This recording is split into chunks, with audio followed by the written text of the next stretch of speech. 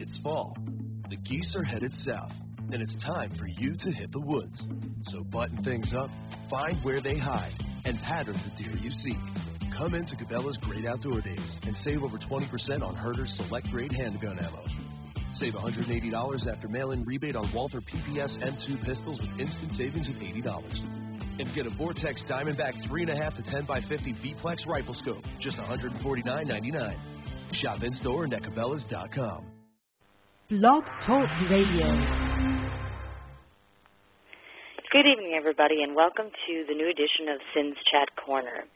It feels absolutely amazing to be back on the air because it seems like it's just been an absolute eternity since I've been on. I took a bit of a hiatus between sick mommy, sick kids, and all sorts of new projects. I haven't been online for a while, but I'm very happy to report that I am back and planning on providing you the very best in both inspirational and entertainment radio programming. Before we get into anything this evening, I wanted to just take a moment to get my audience caught up on just some of the different new and exciting projects that I have in store for our future. First of all, I'm proud to announce that over the course of the next 2 to 4 weeks, I'm going to be adding on some new consultants to my show. Now, when I say consultants, what I mean is every few weeks we're going to be having a guest correspondent come onto the show. 1 week, we're going to be having a wedding planner who's going to be doing event planning, wedding planning. She's going to talk to us about how to schedule events, how to do all that good stuff. I'm very happy to report that this evening's guest, which is Tarryn of Bulldog Fitness, has very graciously agreed to be a correspondent on the show. She'll be coming on usually every 2 weeks, if I'm not mistaken, and either you can send me in your text messages or emails to me indicating topics you'd like her to discuss with you or talk about on air, things such as nutrition, healthy lifestyle, fitness, any sort of topic, considering that is her field of expertise. So definitely, if any of you happen to know anybody who has a business, somebody that might want to serve in some capacity on the show, I'd like to see somebody come on and do maybe a 20-minute segment. Could be weekly, could be bi-weekly, could be bi-monthly. Doesn't really matter to me. We enjoy having different correspondents on the show. And, of course, obviously, I'm still looking for individuals, anyone who owns a business, perhaps, if you may wish to contribute something that we can use as a giveaway on the show, I would always greatly appreciate that. If you do happen to know anyone and need to get in contact with me, just to remind you again, I have a page on Facebook. Obviously, you're on my show page right now. My Twitter handle, once again, is SANDB111. I am also on the Linked Network if you want to go ahead and locate me at any of those venues. Also, my direct email is CIN4251@gmail.com. So, again, if you know anybody, give me a holler, give me a shout, give me a text, tell me. Second of all, I'm very, very proud to say that I'm finally, after a long hiatus, being able to start casting for my reality-based dating show. A while back, a few episodes ago, we had started to discuss my show, which is creatively titled Creative Cougars. This is solely going to be filmed in Milwaukee and using Milwaukee participants for our first trial run. And depending, of course, on how that all turns out, if it takes off and does well, my next state will be New Jersey this year, and then, of course, I'm trying to go to shoot for Chicago at the end of the year. And if that all goes well, we'll be doing 3 states a year. Hopefully it'll take off, and then I can be a radio show host and a TV show producer. I wanted to kind of throw out to the audience the requirements of the people I'm looking for. Tomorrow evening, I'm going to be doing my first actual live casting call. It's going to be down at Stenny's Tavern. For those of you that are local, pretty sure everybody knows that Stenny's located right off of 2nd and National. Time is going to be 6 o'clock. Let me take you back and kind of explain to you once again the kind of participants that I'm looking for. The individuals who are the quote-unquote creative cougars need to be individuals who are ages 35 to 50. They need to be artists of any venue, meaning you can be an artist, meaning a painter, you can be a musician, you can be a literary artist. It has to be some form of art, and it has to be something that you do on a regular, consistent basis. Obviously, it goes without saying you must be single. I'm looking for both male and female, and someone who's actually trying to find someone quality to date. That doesn't mean a booty call. It means somebody that they actually want to date. There's also going to be 1 and possibly 2 celebrity judges that are involved with this. and there will be a number of contestants that are involved, contingent, of course, upon how much casting that I do. Now, the individuals who are vying to date the Creative Cougars, the requirements for that are they need to be ages 25 to 40, can be a male or female, of course. These individuals have to have a willingness to date somebody who's actually 10 years older than themselves. They need to have a good, healthy attitude, because what you're going to be doing is competing on a regular basis to try to stay in this in order to win a date with this person. They also must be very non-camera shy, because, of course, obviously you're going to be in the public eye and you're going to be on television, so you need to be able to conduct yourself appropriately. As I mentioned once again, casting call will be tomorrow. I'm also going to be holding that casting call open for the next 2 weeks and meeting with individuals.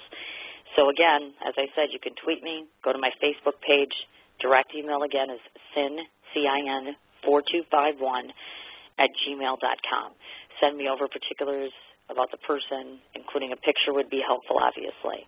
And, of course, if you have any suggestions, I'm certainly always open to that, because we're still in the process of tweaking the show. If anybody wishes to volunteer or be a part of it, certainly give me a call, let me know. Okay, on to the show. Cindy has 3 or 4 topics this evening that I kind of want to get through tonight before we start talking to Tarryn. In case all of you don't know who Bulldog Fitness is, Tarryn is a celebrity trainer who's located in the city of New Jersey. She's actually doing celebrity fitness training. She's also involved with just numerous amounts of things, and I'm particularly excited about the one project that she's starting out, which is actual live training. What that means is, of course, that individuals can still get personalized training from Tarryn, even though they are not located in the New Jersey area. It's reasonably priced. She is A-game as it relates to her field of expertise, and I think she can be amazingly helpful to lots of people. She's got a background, an extensive background in this, and she's just an amazing individual, and I'm hoping that all of you enjoy our time that we have with her this evening. First topic of discussion I wanted to get into, I happen to be paging through the local, I believe it was Cosmopolitan magazine, and I've noticed the same things happening in Esquire and Vogue magazine. I've noticed an overwhelming overabundance, I should say, of nudity, for lack of a better term. And obviously you can't put full nudity in the magazine, so let me elaborate. In the beginning, I noticed that there were individuals that were posing, meaning the Jessica Simpsons of the world and so on and so forth, who are obviously pregnant, so basically almost everything is naked and they're covering up their chest. Now, to some certain extent, I can understand that because, of course, it's motherhood. So a naked belly can actually be an emphasis on human life. So therefore, you could technically construe that as some sort of an art form. The status quo nowadays has now developed into this mass of celebrities that are just shedding their skin, basically, to a point of almost nothing, to where they're actually almost obscene in some ways. Meaning my 17-year-old daughter walks up and picks up a copy of Cosmopolitan magazine, and she's going to see Adam Levine standing there completely naked with some woman having her hands over his member. I mean, I like the average woman. Obviously, he's gorgeous. I mean, he's young, he's cute, and he sings well, and I get all of that. Some women, obviously most of us, I would think, find him physically very appealing. But, of course, A, you're leaving nothing to the imagination. Second of all, it's offensive that it's completely acceptable in society, and without any form of moral judgment, we stand there and we put these people on the cover of a magazine for them to be stared at, and that it's okay that they're standing there with nothing on. I mean, we may as well slap the name Playboy on the top of it and go ahead and sell it like that. I mean, I guess my feeling is I'm certainly one who's always open to criticism and listening to both sides of the fence here. So I'm just wondering if you all happen to agree or disagree that, is it offensive for a celebrity or maybe even a non-celebrity to be showing too much skin in a magazine? I mean, a movie is one thing, but now you're opening up the cover of a magazine and you're seeing people flaunting their nudity. Is it right? Is it wrong? And as I've always said, I have my live chat window, which is open, and certainly my phone lines are open if you wish to give a call and just give me your opinion. But as I said, I just find this to be just completely offensive.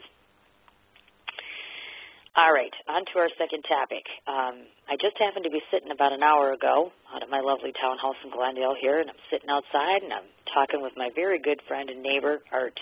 We're sitting on the porch, and we're talking about my show, and we're kind of brainstorming as to what kind of topics Cindy wanted to talk about on her show this evening. Art says to me, he's got this brainchild project which he calls the Real Housewives, or should I say the Real House Husbands, as he refers to it. As I'm sure I've mentioned to my audience numerous times before, that the Real Housewives franchise is basically my naughty pleasure. It's my escape to drama. I watch all of them all year round, along with the Mob Wives. And it's interesting that he had mentioned to me that no one has come up with the concept that I'm aware of shooting actual real live house husbands. He feels that the focus should be, instead of on the famous women that are out there doing their things and then they have the husband with them, that the focus should be on the men, since perhaps there are women out there that are financially secure, such as a CEO or a CFO, and that the dad is actually staying home with their children. He feels that the automatic assumption is that the men are obviously as successful as the women, so when you make a program such as Real Housewives, the focus is on those two highly successful, highly attractive individuals, and then that's what people want to watch on television. I'd be curious to see if you did create such a thing as a Real House Husband show, would it be as successful? I've noticed lately, especially in watching these type of reality shows, that the higher the pitches as it relates to the drama factor, you suck people in more and more and more. They want to see to what extreme it's going to go to what intensity level it's going to reach. I'd be curious to see, are they going to have the same, guy-to-guy bashing and fighting and insulting and throwing tables, etc.?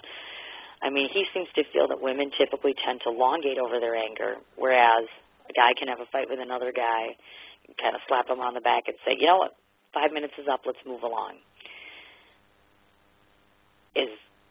My question is, would a Housewives Husband show be as successful as the Real Housewives franchise? And I'm always curious to ask the male audience or the male perspective here, would you actually watch a show? Because I'm certain that most men don't like reality television to begin with. But would you watch something that is specifically geared to men that are staying at home with their kids, showing the other side of the fence and showing the sorts of ordeals that they go through, as opposed to the highly successful women? So, again, feel free to give me a call, weigh in on it, give me your thoughts and opinions, right, wrong, or otherwise. I'm certainly open to listening. This next particular subject, which I have very strong feelings about, I believe it's more of a serious magnitude. Recently, I was privy to some information. I was told that there was going to be the opening of what they call the Jim Crow Museum of Racist Memorabilia. And for any individual that's unaware of what Jim Crow is, basically, it was actually a series of rigid anti-black laws that were developed into a way of life back in the 1800s. They built this museum, apparently. It's actually located in Michigan at the Ferris State University. Now, they're claiming that they have an approximate, I believe it's 9,000 or so artifacts. There's just various signage and brochures that were promoting segregation, things such as coon toys, as they call it, different photographs, just all different forms of anti-black memorabilia. Now, it does boast that there's some positive displays of the civil rights movement and to show some positive sign to all of this.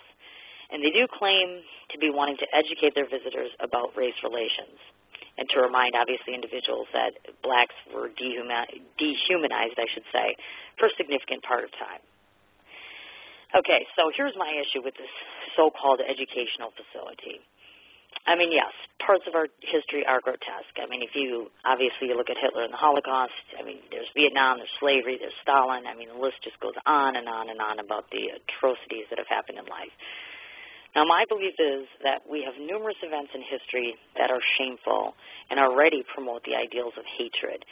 And hence, these events just speak for themselves. The fact that they actually are in existence despite needing to have a facility for it, they're out there, period. I've always also believed that the more attention that is based or focused on the subject, it seems as though the more one gravitates to it. Therefore, you build this monstrosity that's dedicated to hatred, and then it seems to fuel this entire fire of injustice that we have going on. I mean, you have people out there that they classify skinheads or individuals that are still in the KKK, which does really, truly exist in this world. They're already fueled. Whether you have a museum or not, whether you have a constant reminder to people, they're still out there, and it still continues. Hatred typically starts in the hearts of too many individuals already, and now we go ahead and we create some kind of mausoleum of dedication to it. So my feeling is that this museum is only going to cause further pain, obviously, to the individuals who go there and actually see this. I realize that it's important that you have to show offensive things so that people get it impounded into their brain. But, again, I'm asking my audience here. You feel it's promoting hatred? Do you feel it's educational? Do you feel that it's something we in society need to have as a reminder? Some people have told me that if you walk into the museum and you take a look at this, you will be reminded, and perhaps we won't forget and this won't happen again. I don't know that I necessarily believe that. I do believe, like I said, we have so much hatred in this world and people that are so fixated on what they truly believe, and they stick to one topic and they are stuck. Again, give me your thoughts, text me, email me, live chat me. I'm willing to listen on that.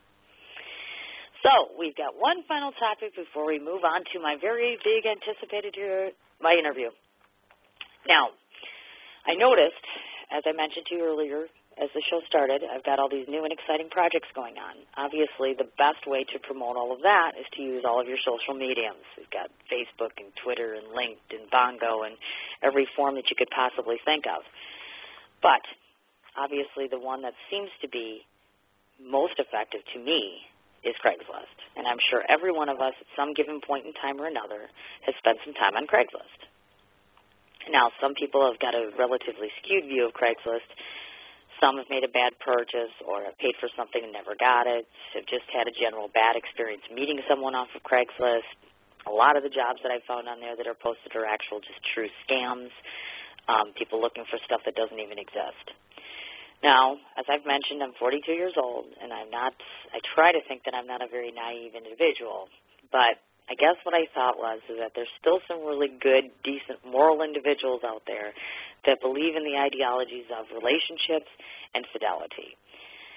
And so every once in a great while, I'll take an occasional glance around while I'm posting my own ads and just check out some of the sections. One in particular, obviously, to us single folk is the personal section.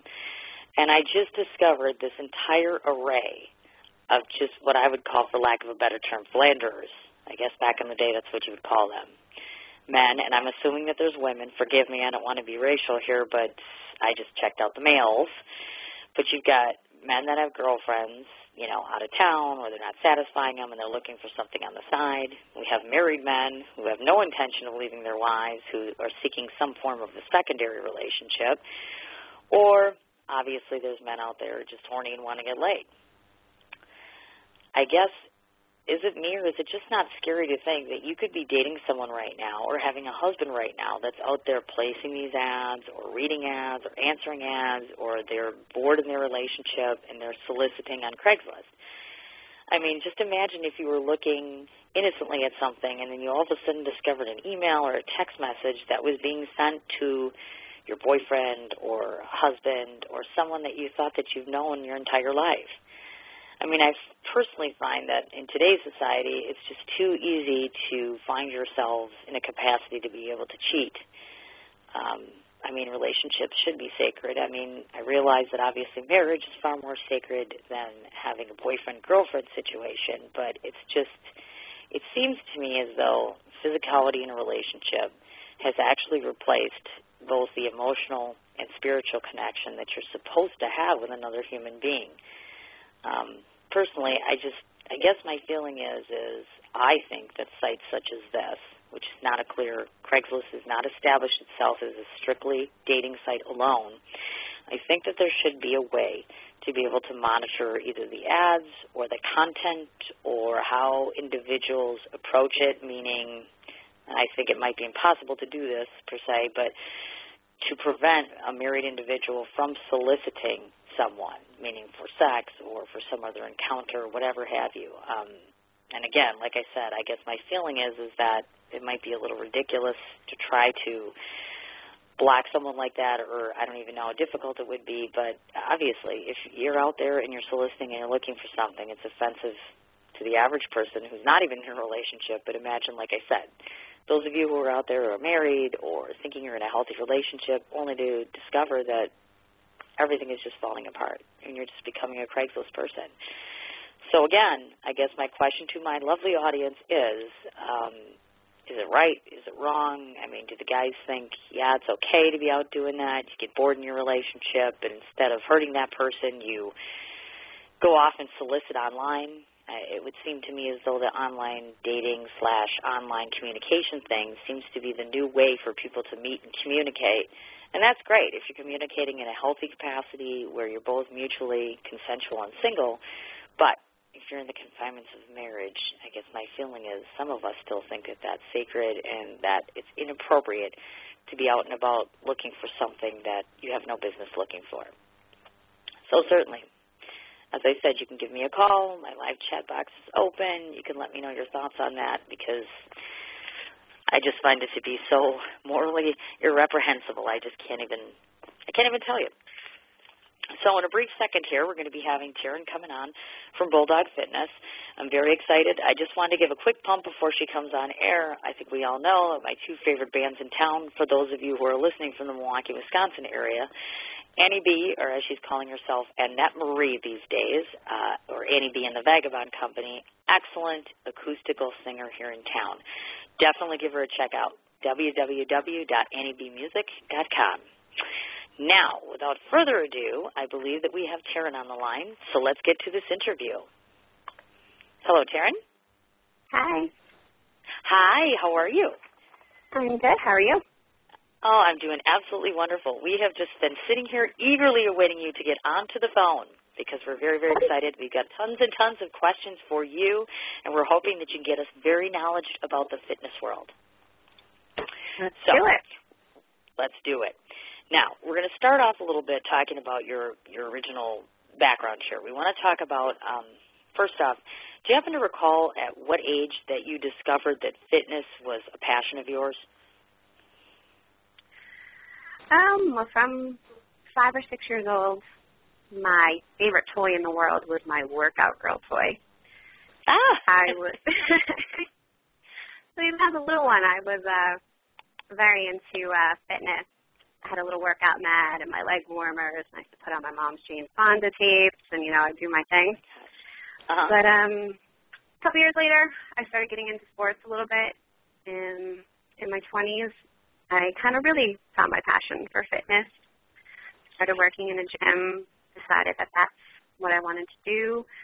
Went back to school, got my certification, and I became a trainer.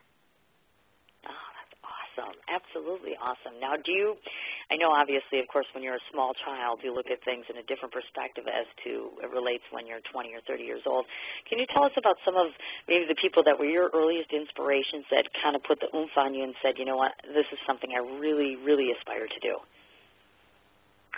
At an early age, there was nobody. I really didn't have any, I didn't really have a direction that I was going to go into fitness or have somebody that really motivated me. Kind of more in my 20s, to be honest, I kind of motivated myself. I was a single mother. I didn't really find that knack of what I wanted to be, and that's when I discovered the fitness world. I gotcha. Now, as a grown woman, obviously, and of course owning your own business and being out in this world for a significant amount of time, do you see individuals out there now that perhaps you look to and you think, maybe this is somebody that I want to pattern myself after, or I enjoy the way they do things, or I have an appreciation for them? We had people from, like I said, when I was smaller, Jane Fonda was a big influence in the fitness world. And then I think now you have, the Jillian Michaels that, of this generation. I think they're both fabulous. Gotcha. I learn a lot from watching both of them. I think they're great. Yes. And I think that Tarryn will be the next inspiration for the next generation to come. I'm just going to throw that out there right now. So all of you listening, remember you heard her here on Sin's Chat Corner. Just throw that out there. Now, I'm curious, was this fitness career of yours a path from which your family originated? No, not at all. Okay, so they my totally family were not. In the fitness. Mm-hmm. Gotcha. Nobody. Now, as a mom yourself, is this something that you're kind of internally hoping, your hope that's going to happen for your daughter, that she's going to have this drive and this passion for your field? I'm happy with whatever she chooses. Right now, it doesn't seem to be fitness. It's not something that I'm trying to push on her or anything like that. I think this week she wants to be a cosmetology to stars. but which is fine. Right, and that comes along with the teenage thing. Yeah. Got it. Eventually I would love to maybe open up a location and, one day be able to give that to my daughter. I gotcha. Okay. Now, for those of you that don't know, the actual formulation of Bulldog Fitness actually occurred in 2006. Now, can you describe for us maybe some of the joys as well as the complications to maintaining a fitness venture such as yours? Maintaining the fitness, it's a lot of work. It was a lot of work, and it is a lot of work. I started this business with maybe $50, in my bank account. I was going through a messy divorce at the time. I kind of didn't know which way I was going. The gym I was working at was closing. I had all these clients, and it was kind of like a question of, what do I do from here? And, that's when I had the idea to start Bulldog Fitness and do some in-home training with these clients that I have worked with at the location. And like I said, I had no money, but I made it happen. I did everything I needed to do, but it's a hard job. It's a lot of work. I do it all by myself, and it's a never-ending job. I never quit. I'm going 24/7. I'm running this business all alone, but it's been great. I built it from the ground up. It's still growing, which is absolutely amazing because I never thought I'd get this far. But it's a lot of work. But a lot of reward rewarding as much as it is, definitely. Absolutely. And you and obviously you just tend, just from the conversations that I've had with you, of course, you just tend to just illuminate this, and this seems to be just quite the passion for you, which is very inspiring, actually, for those that are sitting out there and wondering what they should be doing. That's amazing. Now, before we talk about the training methods for your clients, maybe you could just enlighten us as to your own personal weekly fitness regimen, what you do. Oh, I'm a nut. As you may know, I work out 6 days a week. I do 3 days of weight training. I do 3 days of pretty much hardcore cardio, and my other day is a day off. But I beat myself up the same way I beat up my clients. Okay. I stick to a pretty healthy diet 6 days a week as well, the same kind of diet I implement on my clients. I take one day to cheat and enjoy myself. Okay. And, of course, obviously, the nutritional thing, and then, of course, there's obviously the indulgence, like, let's say, an occasional drink, et cetera. So I'm assuming that that's disciplined as well. Absolutely. Gotcha. Wow. You're a tough dog. Now, would you happen to see an upside to utilizing a trainer yourself at some point, meaning for you? In the past, I did use a trainer back when I was getting into the whole bodybuilding game. Okay. It's one of those things, trainers are constantly learning, and it was one of those things that I wasn't familiar with. I was familiar with it, but not enough to be, training myself on it. So I did seek the help of a trainer who did a little bit more specializing in that than I did. And, I have no problem using a trainer. If you know something more than I know, I'm all ears. And Gotcha. It helped me a lot. It got me where I needed to be. Gotcha. And then, of course, my question, or my obvious question, was going to be to you then, do you do continuing education yourself, especially now that you're a business owner, to stay on top of things, or are those continuing education classes available to you? Yes, I'm always continuing my education. As a trainer, you kind of have to. Things are always changing, and you have to change with them. Gotcha. I'm the type of trainer, if my client wants to do Zumba and I don't know Zumba, I'm going to learn Zumba. Gotcha. Got it. Yes, because for my audience who is currently listening to me, in case I didn't tell you before Tarryn came on the phone, I know about 1% as it relates to fitness and how that all works. I'm getting an education with the rest of you, of course. Now, I know that we have discussed this and that you have indicated that each of your clients' needs are, of course, treated on an individual basis. Maybe you could tell us some of the standard components that you would offer to a typical client in a session. First, my clients go through a history. I want their exercise history, their medical history. I then go into what kind of diet history these people have been on. We set our goals, and I see what they want to reach. And from there, I pretty much design what kind of diet plan I want them on, what kind of workout regimen they're going to be on. And then, once you're a client, it's pretty much structured. I stretch my clients always before. We go through the whole workout that I give them. We stretch again. Afterwards, I want to know about it. I want to know what you hated, what you didn't like, what we could do from here. During their workout, I look for certain things. I want to see their weaknesses. I want to see their solid points. I want to see where I can challenge them, where I can't challenge them, their form. It's a lot of factors, but that's basically how we do it. Okay. Now, I'm curious to ask if you've ever come across a particular client or someone that's come to you where you just thought to yourself, I just don't know if I can help this person or I'm in a capacity to be able to serve their needs. Yeah.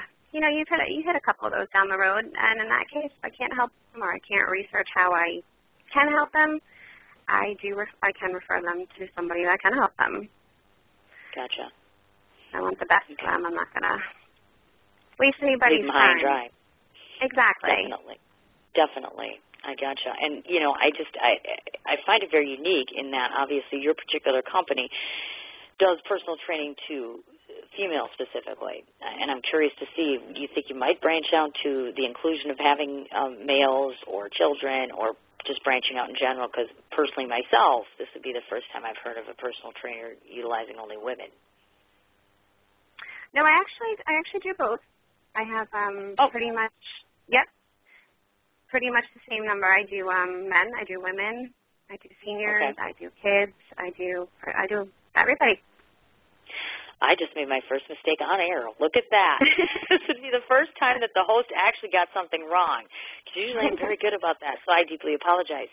And I guess as I had mentioned to you in previous conversation, and I'm certain that the audience is kind of curious about this, children, how extensive can you possibly go as it relates to fitness and nutrition and healthy lifestyle? Because one would like to think, by and large, that children typically wouldn't need a fitness regimen, or am I mistaken?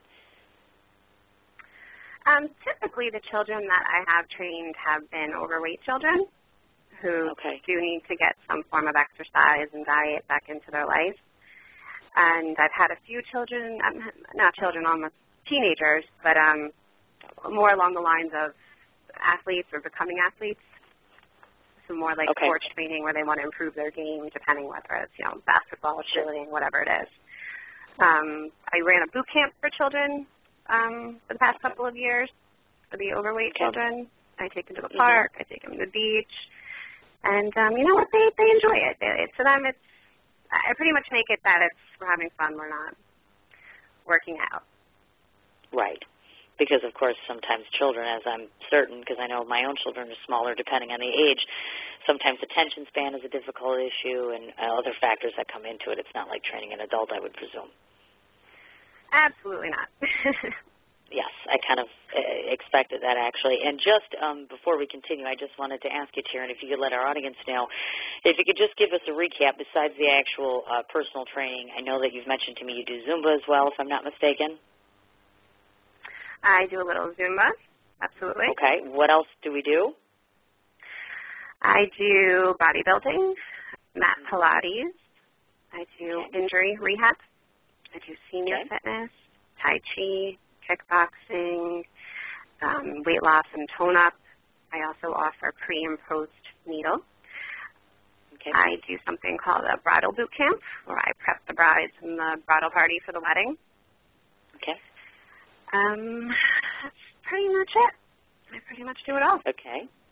Gotcha. And now, of course, again, I've got to ask the question, a bridal boot camp. This has to be the first I've heard of it. I'm assuming everybody else hasn't either. So what's up with the bridal boot camp? Bridal boot camp is for the bride and the bridal party to basically get everybody in shape for the wedding, get everybody ready to fit in those dresses. I've done a few bachelorette parties where before these girls go out at night and do their thing, they come and do a crazy workout with me. And it's been a lot of fun. It was something that I thought of one day, and it's been really successful, and it's a lot of fun. Gotcha. Wow.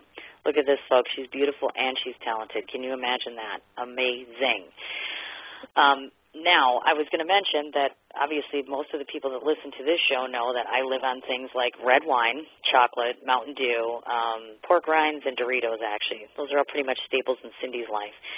So I have to ask you, the fitness trainer, yes, I'm going to ask the trainer this question if you want to give me a little education and the others listening here. Maybe if you could just give us some very general, maybe a simplistic way to keep with proper nutrition for daily living. Is there maybe just some hint or some kind of something you can maybe steer us away from or towards that might help us as far as healthy living goes, nutrition-wise? Well, let's start with your wine. I've heard it's good for the heart, by the way. A glass a day is good for the heart. That's what they tell me. Wine is good, like you said, it's good in moderation. It's good for antioxidants. It increases levels of good cholesterol, which we all know protects against artery damage. But it's still alcohol, so moderation is key. The sugar, you said you're eating a candy bar a day? Is that what you said? Yes, that's what I said. Chocolate. Okay. I mean, again, moderation. With sugar, there's such a diabetes epidemic in the world. Oh, okay. You have to watch sugar. I mean, give or take a few, women should be maintaining maybe 30 grams of sugar a day, men maybe 45. Okay. So I think combining that Mountain Dew and that candy bar, you could be over. If doing that on a daily basis, you could be in trouble. Okay. But in the world today, with diabetes, between the processed food, the unhealthy diets, no exercising, it's just becoming a big concern. Sure, certainly, of course, definitely. Now, how about those proper diet? Oh yeah. Mhm. Proper diet. The best advice I can give is eat wholesome. Get your minerals. Your body will perform the best. And I mean, a lot of people just want to cut corners with their diet because it's easier, and it's just something that we shouldn't do. You want to eat wholesome. You want to get your minerals, and you want to keep that body in shape. It's the only one you have. Definitely. Definitely. And I guess my other question was this. I mean, those of us who are on the run, which I'm sure most of us listening are always on the run in between places, it's so much easier to pop through, and I'm not going to say the big M because I don't do that. But, you know, your Subways, your Arby's, your typical fast food. Just how detrimental is that, really? It's terrible. Really? It's just terrible. Don't do it. There's so many easy ways. I mean, if you know your schedule and you know your schedule is busy and you're going to be on the road, I mean, there's so many other solutions you can do that, you know, I struggle with this with a lot of my clients. Make your food, pack it. If it's at your fingertips, you're going to eat it. If it's not there and you're starving and you're passing McDonald's or Arby's, whatever you're passing, you're going to pull in. You're going to go. It's all fat. I have this problem with a lot of clients. Okay, I gotcha. It might be one of those things that, I think a lot of us struggle with. Yeah, thank you. Good thing she lives in New Jersey, folks, because she's not my personal trainer yet. So, but no, I would have to say that typically, hands down, I think most people do struggle with the balance. I mean, we can keep the alcohol in moderation, but as it relates to just a hectic lifestyle and keeping the nutrition in check is always a very big struggle, obviously. And I think, it's something that most people have to be cognizant, not just myself, but I do think it's a struggle, as you're saying as well. People need to be more cognizant of it for a healthy and better lifestyle, period. Just all the way across the board. You have to ask yourself, how important is it to you? How important is it to you? You know what I mean? That way. Do that, yes. Definitely, and you bring some very good points to it, obviously, because with having one body and as you age, obviously, it is increasingly more difficult to have that proper balance, and you need to take care of yourself as you get older, obviously. So definitely, good points. So no more Mountain Dew. Chocolate I'm not giving up. Occasional wine is occasional. We can live with that for now, right? Yes, folks, I said that. Okay. Now, tough question here. Now, many of my listeners may not know this about you, but I know that you had trained at one time, obviously, to compete in bodybuilding. Now, of course, the obvious question for most of us would be performance-enhancing drugs. Are they utilized? Are they overutilized? Have any of your experiences, I should say, have you noticed an abuse of it? Is it out there to a great degree?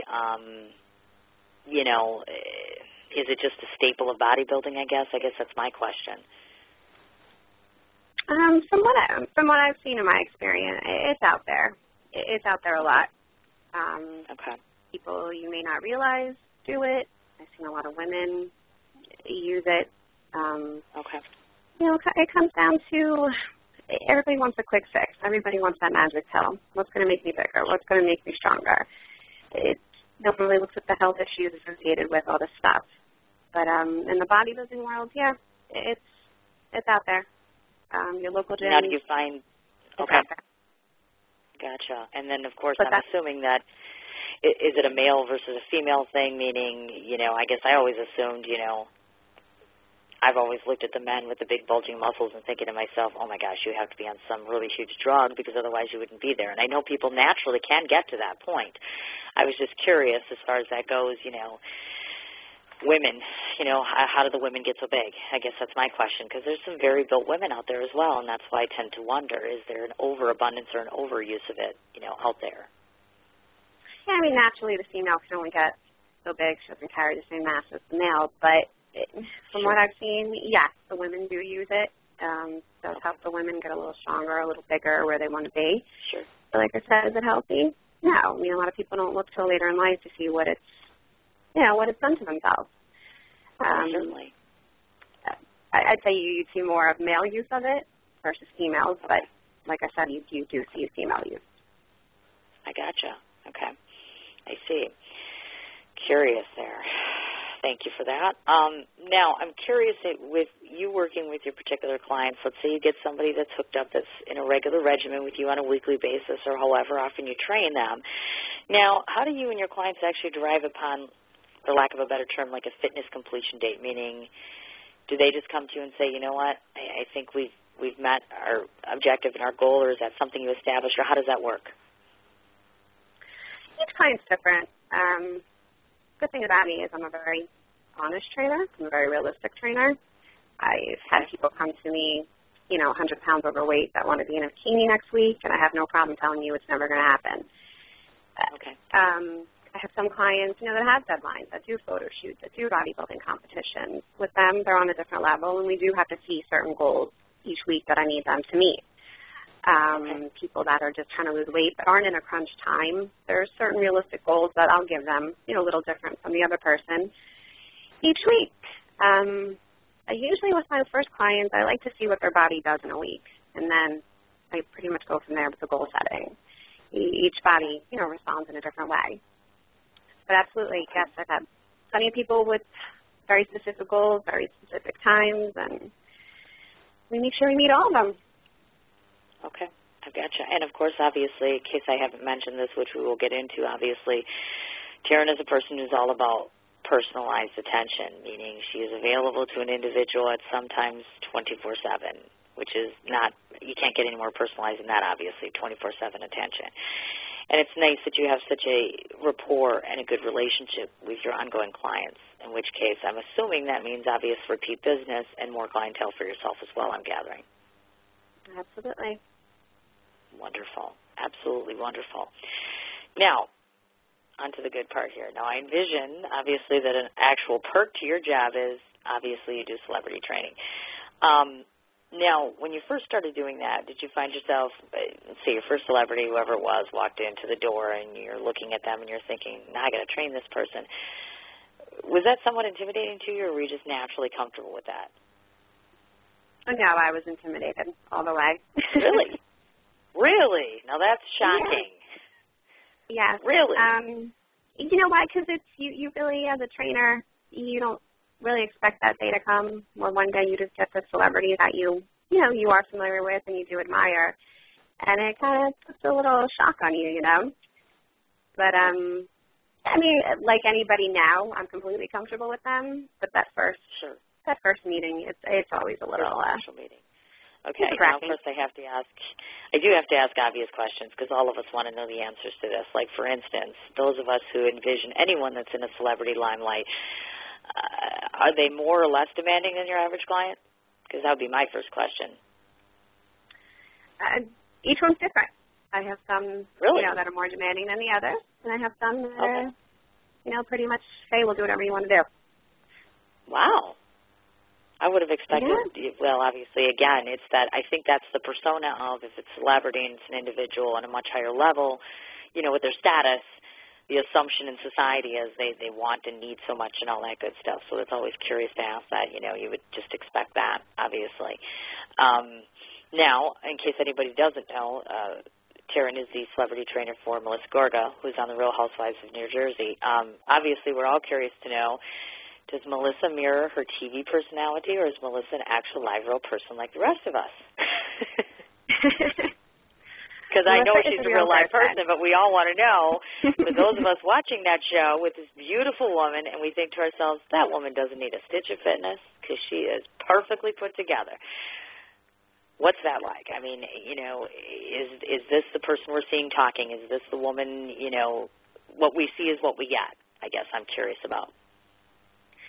With Melissa, what you see is what you get. I will give her that. She's exactly like you see on TV. She's very real, very down to earth, very easy to work with, very sweet. She's great. Oh. She's made it to one of my favorite clients. Oh, that's absolutely awesome. That is wonderful. And, obviously, you've said before that you're completely honest, so I'm going to ask the trainer, why does Melissa Gorga need a trainer? Because have you looked at her? Honestly, I have to ask the question. The woman is petite and beautiful, and I'm thinking, what? She has 1 inch on her leg? What?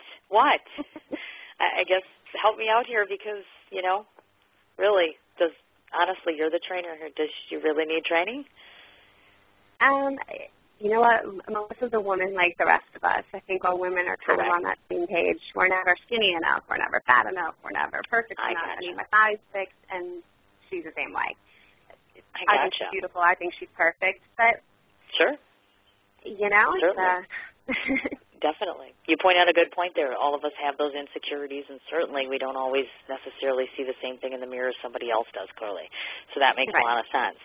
So now I'm going to give you your 5 seconds of fame here to throw out. If there's one celebrity you could work with, let's throw it out there on the air, and then Cindy, in her infinite wisdom, will try to make that happen. So give us somebody. Who would you most like to train if you could? On reality TV, or what are we talking? Just in general. Well, you can do both, really. It doesn't matter to me, in general. Somebody you would think maybe to be a challenge or something. I want to train Snooki after her baby. Now, that's an interesting choice. That's who I'm okay, going and then, with. Okay, now, on the male perspective, do we have a guy that we'd like to train? A guy we'd like to train. No, nothing comes to mind. No. I gotcha. Not one? That's unusual. I would have. I mean, if I'd pick them, it'd be because they're hot. So. That's a very honest answer, folks. Did you hear that? Yes. I think most of the men that are already built are hot anyways. I think that's pretty much how it works. Definitely. So I could names all night long, but.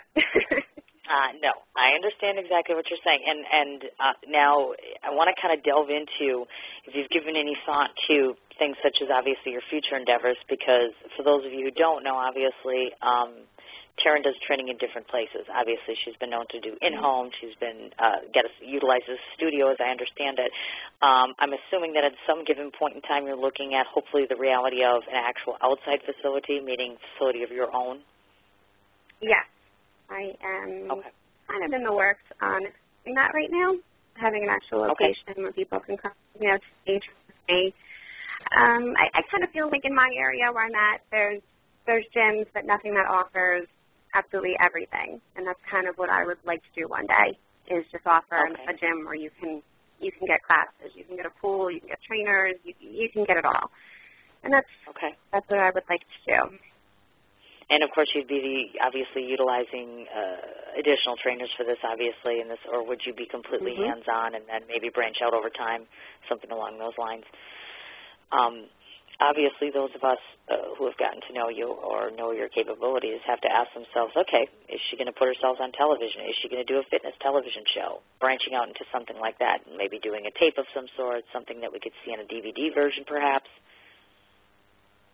Yeah, that's something I thought about. I would love to do a show, I watch The Biggest Loser. I feel like that's the only kind of show we have. I would like to do something more that shows me a little bit more what I'm about, me one-on-one with my clients and, showing what I do. Okay. I gotcha. And then, of course, obviously, and you're right in the standpoint of there really isn't a whole lot that is out there specific to that besides The Biggest Loser. And that's, that's right. Not exactly, I have a hard time watching that personally just because of the fact that, it can be a very humbling experience for an individual who's struggling and being overweight and trying to get it together. It would be nice to see some positive programming come out there that's educational as well, which definitely would be a good thing as well. And as I understand it, in the very near future, you will be having, or you're in the process of revamping and getting up a new website so that people will eventually be able to contact you there? Yes. My website is in the works. Okay, wonderful. So hopefully in the near future I will be able to get you information or we'll be able to post some information in reference to that. And then I'm assuming that if you open up a facility, you'll be in New Jersey or perhaps more than one facility and you'd branch out into other places? Most likely I'd like to start in New Jersey and definitely branch out, yes. Okay, got it. And then, of course, hopefully somewhere down the pike, we would hope, she's going to put all of her infinite wisdom and knowledge into a beautiful book with pictures where we're showing all sorts of fitness regimen, nutrition, and health, and getting really into Tarryn's brain to be able to find out what she can tell us. Absolutely. Which is certainly another venture that's out there as well. Now, question for you. If we have any individuals out there listening that are obviously intimidated or underconfident, they're trying to figure out what they're doing in their lives, they have some kind of passion, they don't know how to chase it, what advice would you possibly give to somebody out there regarding their own career choices or if they're looking at getting into a fitness career? What would you be saying to them if they were standing here right now? What would you advise them? Fitness is a business that will always be in demand. If that's what your passion is and you're into fitness, it's a great choice. People will always need to work out. People always need to stay healthy. There will always be an injury for you to fix or a competition for you to train for. And it's a great business to go into. As long as but it's one of those businesses you have to have the passion for it. I've seen along the way a lot of people that are doing it just for the money or whichever reason. And those people you can see have no passion, and that's where I kind of stand out. I have a tremendous passion for fitness, and it shows in my work. And that's why I'm becoming so successful. There's a quote that I love. Love what you do and you'll never work a day in your life. And I think that's wonderful. The best quote for Tarryns out there to follow. That's absolutely wonderful. And it's also very true, obviously. That couldn't be better said because there's so many of us that go to work because we need to go to work because we don't love it. It's just part of our lives and we get through it. And it's like, who wants to just get through it? You want a career and a passion that is something that jazzes you, that excites you, that you just can't wait to get to. That's just something that somebody needs, obviously. Speaking of getting excited, now talk to us about our new concept, which is your live training. My live training. Okay. Live training I just put together actually not too long ago. I was getting an overwhelming response from people all over the place, out of state. I got a couple of responses from Australia, and people looking for my help and questions. And being the caring trainer I am, I'm trying to think, how can I help these people without just going email back and forth, and not being able to show them anything. And so I put together something called live training where they're going to get a video of me showing them their workout for the week that I want them to follow. Same routine as my regular clients. We're going to go through history. We're going to set them up a diet plan. I'm going to get their goals, and they're going to work with me through email, through pictures, and through this live video. Okay. That way, then, everybody can train with me anywhere. Okay. Now, question for you. Let's say that they sign up for something like this. Is this exorbitantly expensive or is this affordable to most people? How does that work exactly? I did design this to be more affordable than my regular personal training. Obviously, you're not going to be meeting with me. It's all done, like I said, through computer and video. So I did try to make this affordable. That way everybody can do this. Everybody can train with me. If you want to get in shape, there'll be no excuses. All the tools are right in front of you that I'm giving you, and you just do it. So I did make this affordable. I did have a pretty good response to it so far. It's working great. Okay. And as I understand it, or at least I'm under the presumption that if it's an individual who is, let's say we're in Wisconsin, and I'm going to Tarryn and I'm saying, okay, I'm going to be doing this live training, I'm assuming this takes an incredible amount of discipline because Tarryn's not going to be standing there kind of busting your chops. Absolutely. This is for the disciplined individual that really wants a change and wants my help. This is very time-consuming on my part, and like I said, I do make myself completely available 24/7, so this has to be a disciplined individual that is going to be doing what I said for them. Oh, definitely. Okay, and elaborate again for us. So if a typical person calls you tomorrow and they say, you know what, Tarryn, let's get me hooked up on the live training, what does that all entail? What are they looking to get out of this? What can you give them?